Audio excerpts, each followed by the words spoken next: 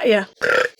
Oh, there it goes. Hey everyone, it's Fox. Welcome back to my channel, and for today's video, I'm going to be showing you guys the new Black Series Bo-Katan helmet, as well as comparing it to my own Bo-Katan helmet that I made a video on recently, and I'll link that above and in the description for you guys. This is not going to be a video full of specs and details of the helmet. I'm not going to be getting into that nitty-gritty. That is not my bag. That's not what I do here. What I'll be talking about are just my opinions on the helmet as it relates to cosplayers and just people that want to have it on a shelf. Just make sure that you stick around till the end of the video because I will be telling you guys how you could potentially win this Black Series helmet for yourself. So let's get on into it.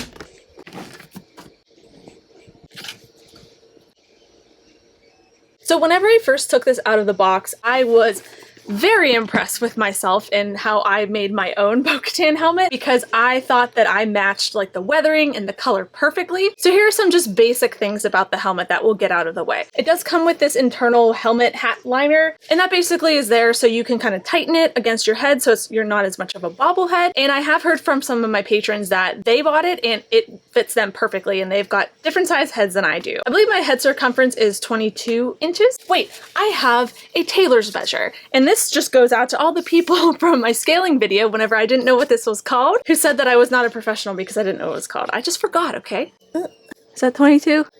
Yeah, so my head circumference is 22 inches and it fits me perfectly without having to do any adjustments on the inside. And kind of as an added bonus, I can have my hair up in a ponytail if I wanted to wearing that. I can't do that with my other helmet, or I can, but my nose gets really smushed on the visor. With this, I have a lot of space between my face and the actual visor of the helmet itself. Now, one of my first cons of this helmet is, it's gonna sound like really nitpicky, it's going to be kind of difficult to color match this helmet. It can be done. I'm just saying you would probably have to put a little bit of research in, and there's probably people that are already doing that right now in build groups. It's just one of those things you're really going to have to keep in mind whenever you're painting your armor. The benefit of doing my own custom helmet was I was painting the helmet while I was painting the armor. So all of the armor and the helmet have the same paint job on them, and it makes it really cohesive, especially with the weathering. And I would also say that you would have a little bit of an issue with the weathering matching the rest of your costume. And the reason that I say that is because all of the weathering on this helmet, you know, it's all kind of one. It feels like one layer, if that makes any sense. But if I show you my helmet, then you can clearly see the layers of paint that are on there. You can see where I latex some spots to get that chipping effect there. And on the Black Series helmet, it's really just like one flat coat. As a cosplayer, I would find that really hard to replicate on my own armor so that everything would match. But another pro to this helmet is that the rangefinder itself here is actually removable, and it's kind of difficult to do one-handed like this. All right, there we go. So as you can see, the rangefinder is off, and here it is right here. The great thing about this being detachable is that you can travel with this helmet a lot easier. I did something similar with my own helmet by making the ear cap removable and attached by magnets. And then I can just take the rangefinder and the little plug thing off and pack it away for traveling. And that has just saved me so much headache whenever I'm traveling with this thing, and I've traveled with this a lot, and I have yet to have it break on me. So that's a good thing. One other thing that I really like about this helmet is that when the rangefinder is on, and you have placed a battery in the section below this little ear thing, you can put it down. And as you can see, there is a little red light shining here. And the other cool thing is there's a little like door here that you can slide off.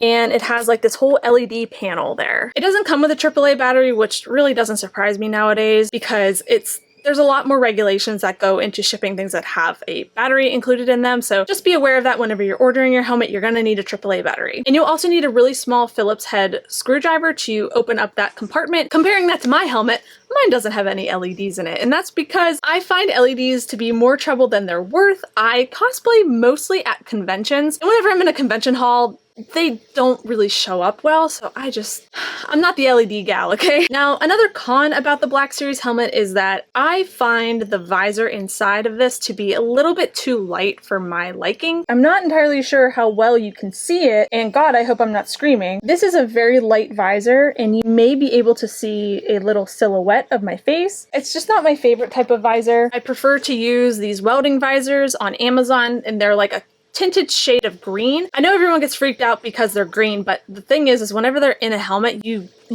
can't tell. This is my helmet, and let me put it on for comparison. Right now, my nose is squashed right here because I have a ponytail on, but you can't tell, and like there's actual skin having contact on this visor. And inside of the helmet, there's actually a bunch of screws around the outside of the visor, which I believe you can unscrew and hopefully slot in your own visor. I haven't tested this myself because, again, I am going to be giving this helmet away. I don't want to really screw anything up on it, but I would venture to say that it would not be a difficult thing to do. I think it's a very serviceable helmet. I almost feel like if I was going to make my own custom Mandalorian, which I swear I'm going to do one day, I just haven't decided on like what I want it to look like, I would probably spring for this because I like the Night Owl design, and it would be a lot easier than, you know, going through that whole process of 3D printing and sanding and smoothing, and I could just work off this, you know? On the other hand though, there is something to say about making your own helmet. Even if you 3D print it, if you use EVA foam, or if you do some kind of mashup with like cardboard. I've seen people make this out of cardboard, which blows my mind. But I also understand that that's not feasible for everybody. Just as how it's not feasible for everyone to commission somebody for, say, like a $400, $500 paint job on a helmet. There definitely is still a market for that. I am by no means discounting those people that are offering these things as commissions. Heck, I took commissions for these Bo-Katan helmets myself. But I do appreciate Black Series coming out with more and more of these helmets because it's making